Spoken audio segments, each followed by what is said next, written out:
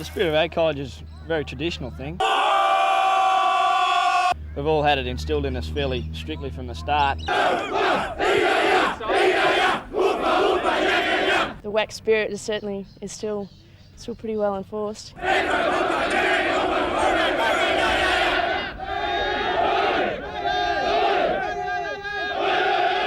If someone had said to me that I would feel as I do now when I came back 37 years after we first moved through here, I'd have said rubbish. But it's a terrific feeling. It's lovely to come home.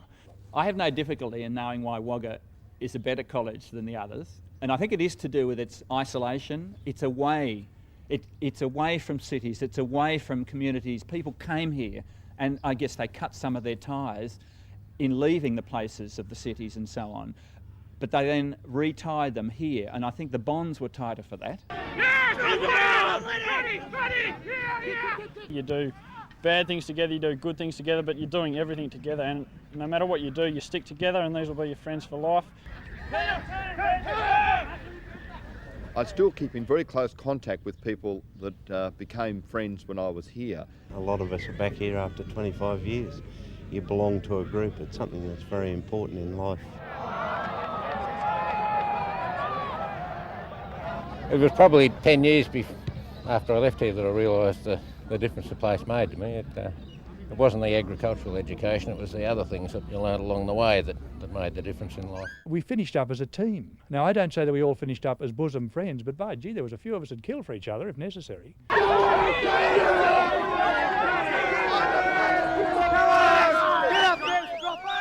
When you leave, no matter where you go, wherever you go in Australia, you'll always find someone from Wagga Ag College, an old boy or whatever, and you'll always get along like you've known each other for most of your lives. I've got a person who works with me who came here, and many of the things that we have in common are very much the same. But the other day I realised that he came here, when I was here, he wasn't even born. But there's still things that are the same. You spend 3 years of your life. I mean, it's not very long, but it'll probably be three of the best years of your life like you'll ever have. I still regard this as the 3 best years of my life. There were people from all walks of life and certainly from all financial backgrounds, and that didn't matter 2 hoots in hell. The subject was supposed to be agriculture, but the subject was really life and forming friendships and learning about girls and learning about drinking and learning about trying to keep a car going, learning about trying to get enough money to be able to pay for the girls and the drinking and the cigarettes.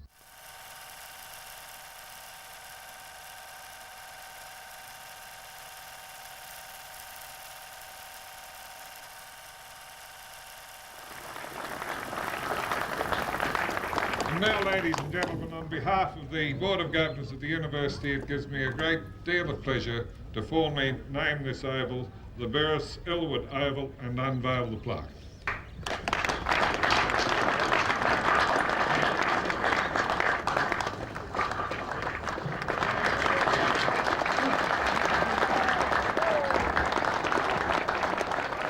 My name's Burris Elwood. The nickname, I can't remember one. Browax was one, but that was too rude to mention. John O'Brien. I was called Sparrow while I was here. Jim Prattley, nickname Puppy. Bob Conley, nickname Herb. Ben Purcell, Benjamin John Purcell, nickname really and name I suppose is Ben. Name's Neil Durning, nickname's Pid. Jeff Granger, nickname several, Darky, Lubra, others that shouldn't be mentioned. My name's Leanne Asen and my nickname's Flag. Named Dennis Byrne, nickname at college was Bumper. Peter Evans, I was known either as Orange or Dobbs. Ian Harvey, the commonly used nickname I think was Shafter. My name's Tom Armstrong, get called Shaker. My name's Kate Flevey, my nickname is Labyrinth. Colin Munro, known as Slim. John Millard, nickname Duck. Stuart MacLennan, the only nickname I'll admit to is Stewie. The friends you make are friends you'll make for life.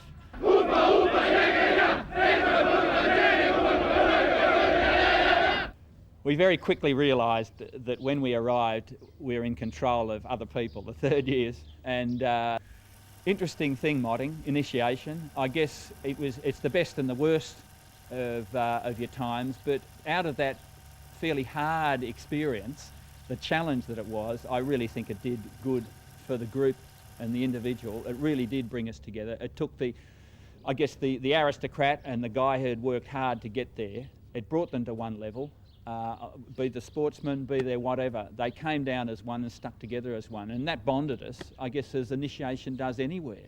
Mod intro was an experience, I suppose. Some people say it was an experience from hell, but we all went through it, and that is what it boils down to. That's what makes Mots and Grots. So, and that's always been a part of WAC, and I think it will be for years to come. I was warned by my father, who went to Hawkesbury, and he said, if you ever get pulled out of bed at 3 o'clock in the morning, make sure you've got old sand shoes, old shorts, no underpants, and an old shirt. And I had no bloody idea why he told me that.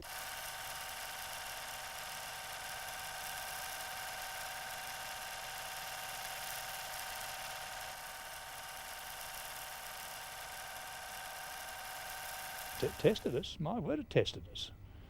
It tested you on whether you're going to back down. It tested you on whether you were going to take them on, or it tested you on whether you had the guts to bite on the bullet and say, well, this is part of the system. And those blokes that bit on the bullet and said, right, this is part of the system and I don't object, we had a great time. The duck bottling was probably the hardest. They'd make your duck bottle for hours and your bloody feet and legs and nearly fall off. They had a great heap of cow manure over there. They'd been collecting it all through the summer. And we had to sort of take a running dive at it. I was unlucky enough that the bloke in front of me was a bit of an athlete and got his head out. It's a bit like agriculture. They move the markers back. You know? As soon as you look like getting in front, they move it back. You're always in the shit in agriculture. It gave you a common subject to talk about. And it wiped out all that background. Some people might have been big shots at school, some people might have been good at sports, some might have been academics and so on. But it puts you on one level and you worked from there. And I appreciate the fact that initiation and those sort of things were part of the way of getting people together and building up friendships and so on. And so I was empathetic with that.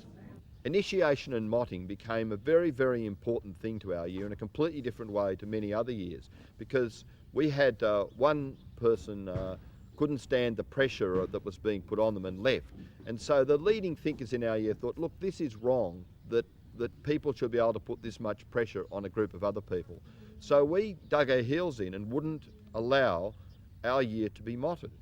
Now, a very unpopular thing in many ways, but I think it meant that we didn't suffer some of the indignities that other people suffered. It brought us together in exactly the same way as I believe that initiation ceremony in itself would have done, but I think it perhaps caused the place to think about what was appropriate and what was inappropriate to be part of that motting exercise. Well, I think mod intro, it's what builds camaraderie between you and all your mot mates, basically. For those who say it's bullying, I think, well, in my time at Ag College, I don't think I've ever been made do anything that I couldn't have said no. Couldn't have said no, I don't want to have a part of it. But I think it's great. I think it's what makes you what you are. You know, you're out there, you've only got yourself to support yourself and your mates, and that's what it's all about.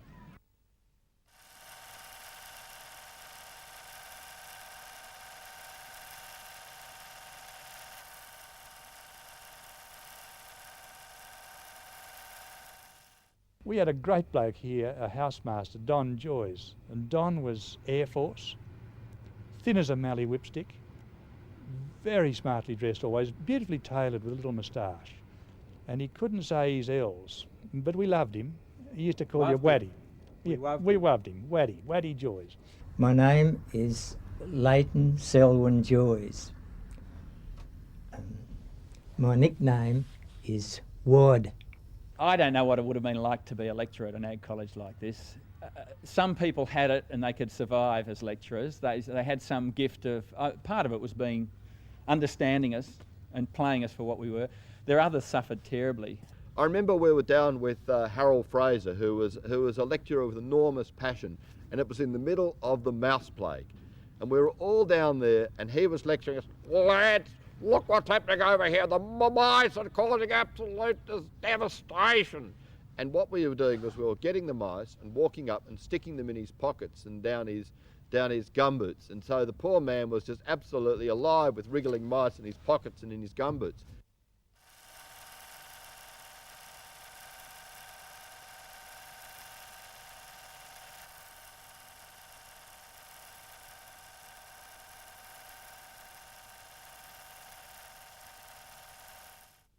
I dips me lid to thems that tried to teach us. And in later life, it's interesting what's locked up here and you think you haven't got it and it comes back.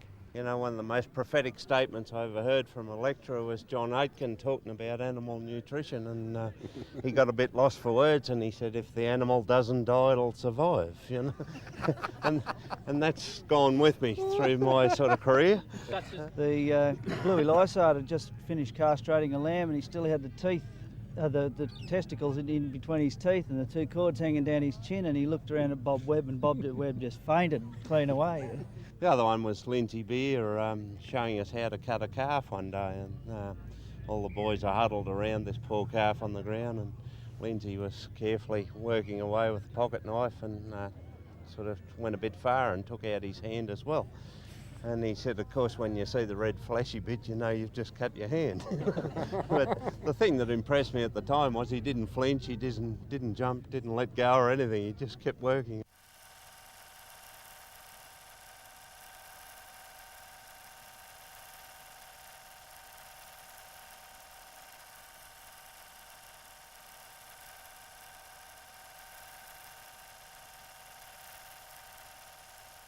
There was a record at the shearing shed for how long it had taken to shear a sheep. And I can't remember exactly how long our new world record holder took, but I think it was 2 hours and 40 minutes. And when he finally pulled the cable to say that he'd finished, he looked down and the sheep was dead.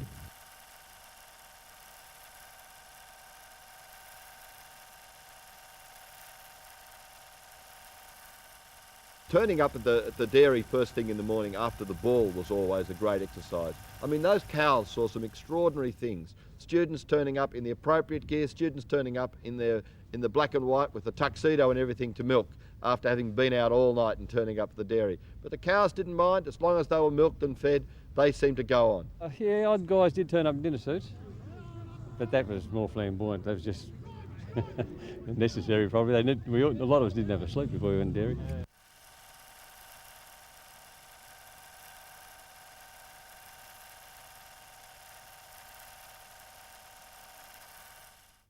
Who could forget the explosive demos we had?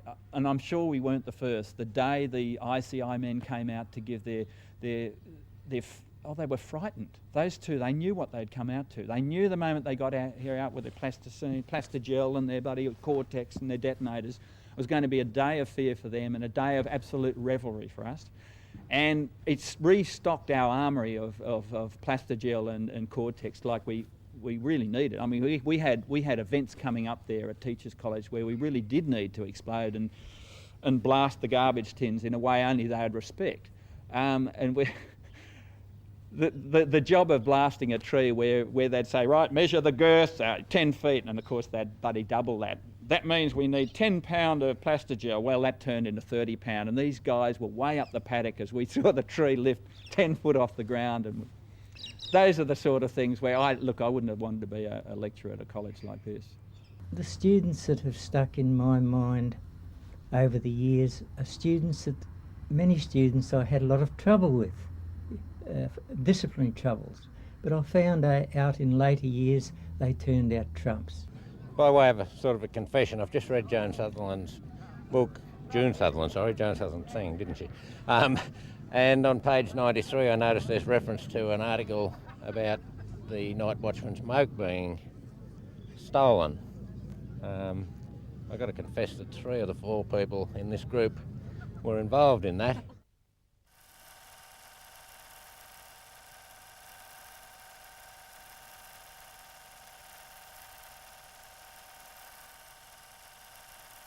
Parties and cars, well, not all of us had cars, and poor Fred McNally was caught behind here, and so what did he do but grab the nearest tractor? And the party was in at Wagga at the tennis club, and next thing, Fred rolls up to the tractor, the bloody party, driving this big Chamberlain. What we're to hear later was Fred, being the good Catholic he was, redeemed himself on the way, I suppose in advance. He called in and went to confession on the Chamberlain.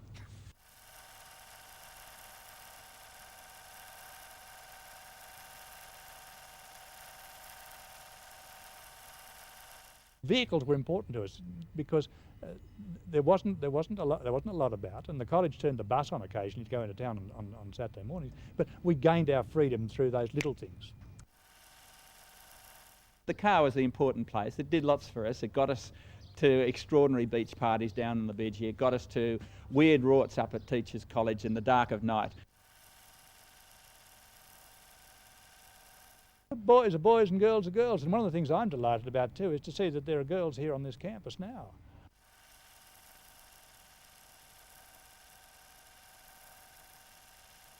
The college lecturers, the head principal there, Maury Hale, did put the fear of death into the women of Teachers College, saying they go near Ag College, that'd be the end of their moral life. But I can remember the warning going out at the time we arrived here at the Teachers College then, to the Teachers College girls, that they were not to wear red clothing, because red clothing, in fact, brought out the baser instincts in the Australian male.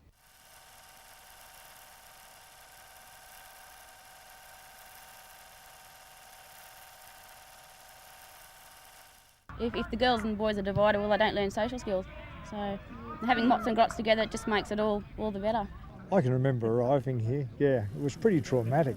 Coming from boarding school and seeing blokes walking around openly smoking, it was a step up in life. Yeah, I remember the day when I first arrived at Ag College. I was in A week, I knew what it was all about, and I was waiting for the boys to come and pick me up so we could go down a duck and get on the piss. Alcohol was forbidden on the college premises. We weren't even allowed to go into a licensed premises in town. That was against the rules. But of course there were ways and means. I was involved in one exercise where we actually founded the wine growing tradition here by going over the hill and pinching the table grapes that were growing and come back here and trying to make booze. And we weren't allowed to drink, of course. But the thing was that, you know, what do you do with your empties?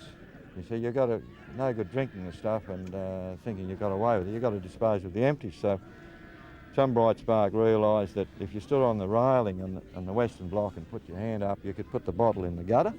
Don Joyce looked down one day and said, "Waddy, what's that in the gutter?" And it turned out the empty long necks, which were the only bottles you had in those days, would gradually weighed the gutter down and the labels were flapping in the brews. Don was always very controlled, but occasionally he'd lose his cool. And he'd lost it completely this time. He was as wild as a hornet and he could hardly talk, and when he eventually did get his speech going, he said, "That fat wad in third year, that what's his name, Waddy Munro, come out." And he said, "It must be an act of bravado. You couldn't possibly have drunk them all." Well, bloody must be, couldn't it? As I had to control young people, my philosophy was to be firm, fair and consistent. We had to clear all those bottles out and they had to go all through his office. And his horror, they kept coming, and of course what he didn't realise was we kept cycling them. They all came round in those wicker baskets we had in the laundry. One memorable occasion was Bob Overgaard's 21st, and didn't have very many when we were here, but we decided we'd better do something about that. So we took a collection up and bought a keg and a dozen bottles of beer. Someone decided we probably should have something to eat. Jim Patterson and I went down to the chook area and collected 6 chooks. I suppose I got about 20 chooks, and I remember him plucking them down in the laundry. There was feathers everywhere and not much scientific plucking. We threw them in the bath and plucked them, but we decided we wouldn't de-gut them there because we'd make a hell of a mess. So we went down the Hurligans Creek to have the keg. Getting the keg open was some business in itself. And the keg was being tapped, and I think it was Bob Conley with a hammer, and he was tapping the bung in, someone was holding a plug sort of thing to push it into the keg, and the crucial moment the torch went out. And so the bloke holding the bung put his hand over the top of the plug thing, and of course the bloke with the hammer panicked and he hit hard. I said I was sorry. Then the torch came on, and it was Elwood again, only bloke with enough presence of mind to put his mouth over the bung. We duly cooked the chooks, and then in the end we found we had forgotten to de-gut them after drinking half the kegs. We were having a meal. We were going to have a meal, cook something down the flat, and they turned on an inspection here in the room, and the housemaster, who I said I had a lot of respect for, and I did, he found a carcass of a sheep hanging in my cupboard with the oilskin round it, And he just turned to me and he said, "You better tidy that cupboard up, Wad." And he didn't look in my chest of drawers, because he knew perfectly well that underneath my cricket flannels he'd find something he wasn't supposed to find, and that was some form of grog.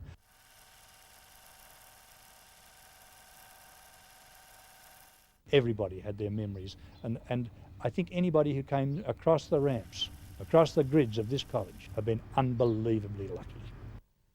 I feel that the college life and the students have been absolutely essential to my well-being, and I've had so much fondness and payback that it sustained me really for the most of my life.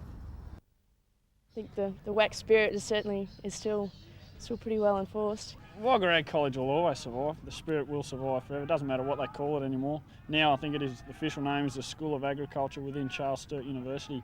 But to everyone here, it will always be an ag college. It's always Wagga Ag College. That's what people call it. That's what people refer to it as. And so we'll always survive as ag college.